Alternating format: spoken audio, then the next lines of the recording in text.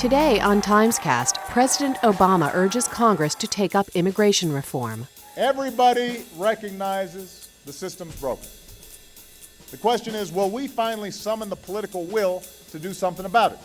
But one state isn't waiting for the federal government to act. Arizona has really been striking out on its own, coming up with its own fixes. In Syria, one man has become the focal point of the protesters' economic grievances. Rami Makhlouf is arguably Syria's most powerful businessman. And in China, farmers are asked to stop selling Jasmine, the revolutionary symbol of the Tunisian uprising. What we really need to do is to keep up the fight to pass genuine, comprehensive reform. That is the ultimate solution to this problem. That's what I'm committed to doing. One of the things that President Obama has talked a great deal about is comprehensive immigration reform. That's going to be a tough sell here in Arizona, where there's a sense that there are too many illegal immigrants in the state. When you cross the border, illegally you commit a crime. The law is the law. Arizona has really been striking out on its own, coming up with its own fixes. There was SB 1070, the illegal immigrant bill. The legislature did two things recently that also are controversial. They decided they are going to build their own border wall to block Mexico from the United States. And then the second proposal is the legislature has given the governor the ability to create an Arizona Guard, different from the National Guard, some sort of a militia unit that the governor could call out, and one of its purposes would be to seal the border. There's no money for that. It's really symbolic, but it really gets to the point that Arizona has been acting on its own. Nobody believes that anything is going to get done on immigration before the presidential election. So this is really something that the president is talking about to prepare for a campaign. It's easier for politicians to defer the problem until the next election. And there's always a next election. Hispanic voters are extremely important in presidential campaigns, and President Obama is reaching out to them, and that was one of the purposes of his remarks today.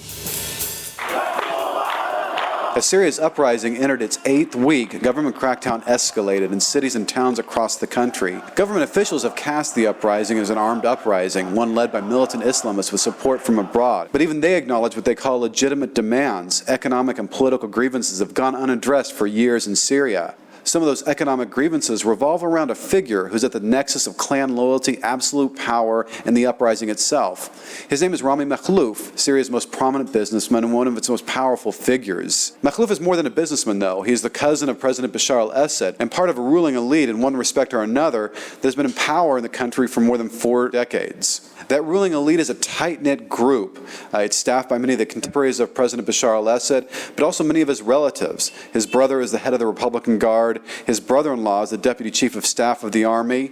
Mr. Makhlouf's brother himself is the head of intelligence in Damascus. It's a group that Mr. Makhlouf says works together, talks often, and will often come up with joint decisions. I went to Syria yesterday for a brief visit, ostensibly to see Mr. Makhlouf. The interview was scheduled for the afternoon, and I arrived a little early, crossing the Lebanese border into Syria, where Mr. Makhlouf's aides escorted me to Damascus. The road to Damascus, at least, about an hour away from the Lebanese border, was quiet. There was no sign of checkpoints, no military escalation, and no buildup in the capital itself. Indeed, the capital seemed tranquil, even ordinary. While it was only a glimpse of the capital, the iconography of the regime was clear, the message it's been trying to send out to the world for the past days and weeks. It's either us or chaos, and posters in the capital said the same message: no to discord and no to conflict.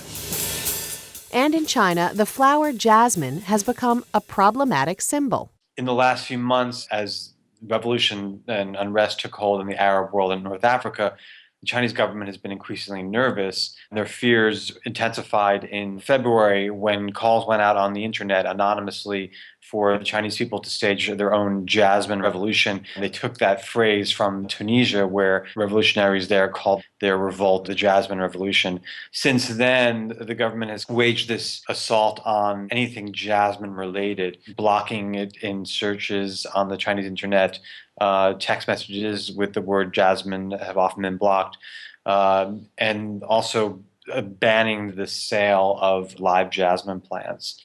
The ban has not been publicly announced, but I visited a half dozen flower markets around Beijing over the last few weeks, and I could not find any jasmine. Over the last few days, jasmine has returned very slowly to the market, mostly because the growers have nowhere to unload it, and so they've been dumping it at the market very, very cheaply. But it was clear that they had been forbidden from selling it. A lot of growers were asked to sign pledges that they wouldn't sell it, also told to write down the license plates of anyone who came asking for jasmine. This episode kind of highlights how anxious the Chinese government is about their own hold on power. The fact that a flower could make them feel so unsettled, I think, highlights their nervousness.